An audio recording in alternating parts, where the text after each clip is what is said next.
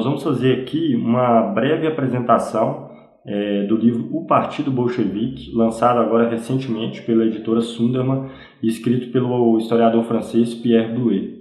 Então, antes de comentar sobre o livro, propriamente dito, algumas indicações a respeito do autor, Pierre Brouet, porque não se trata de um historiador qualquer. Não sem razão, Pierre Brouet foi considerado por várias pessoas como o historiador das revoluções do século XX.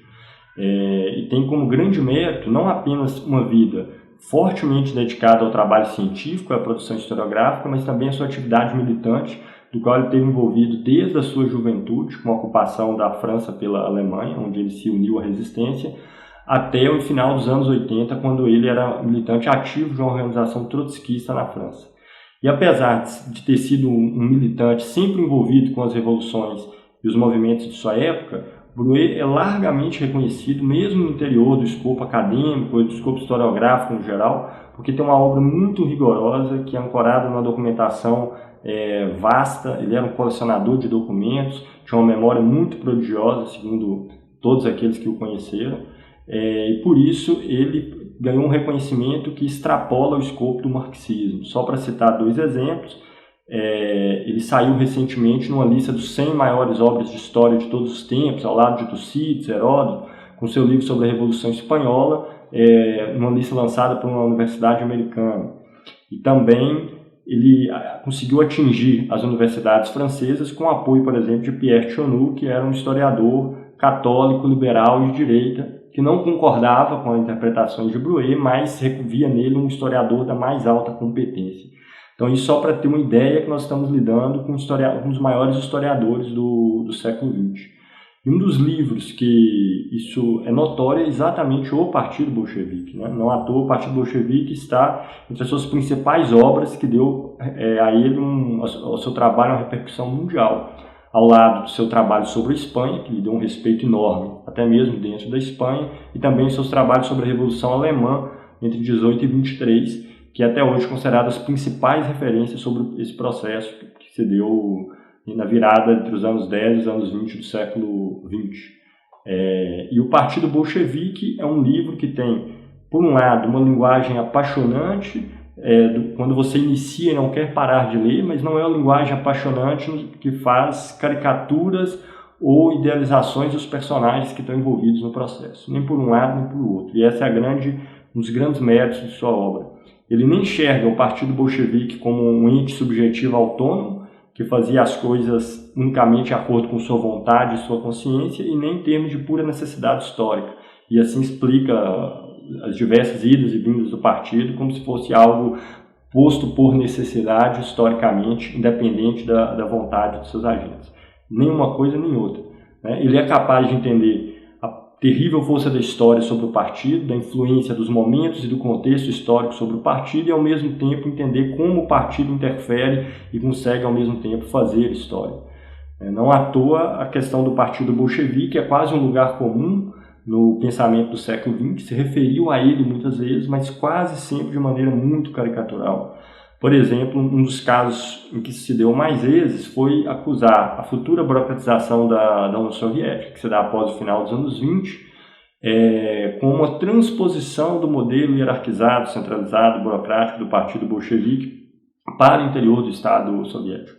Quando lemos o livro do Brouet, que largamente documentado e fundamentado, vemos que isso aí é uma história absolutamente grosseira do Partido Bolchevique, que foi marcada por diversas polêmicas, por diversas disputas teóricas, por muitas idas e vindas ao longo, desde a sua origem até meados dos anos 20, quando o partido se mescla ao Estado e sob uma força burocratizadora terrível, na esteira da Guerra Civil e tudo mais, ele acaba se tornando apenas, aí sim, uma caricatura do que tinha sido no período anterior. O livro ele vai desde o início do Partido Bolchevique, que podemos considerar tanto 1898, quando é fundado o Partido Operário Social Democrata Russo, quanto 1903, quando se dá a cisão em duas frações no seu interior, e uma delas a fração bolchevique, que viria a se tornar no Partido Bolchevique.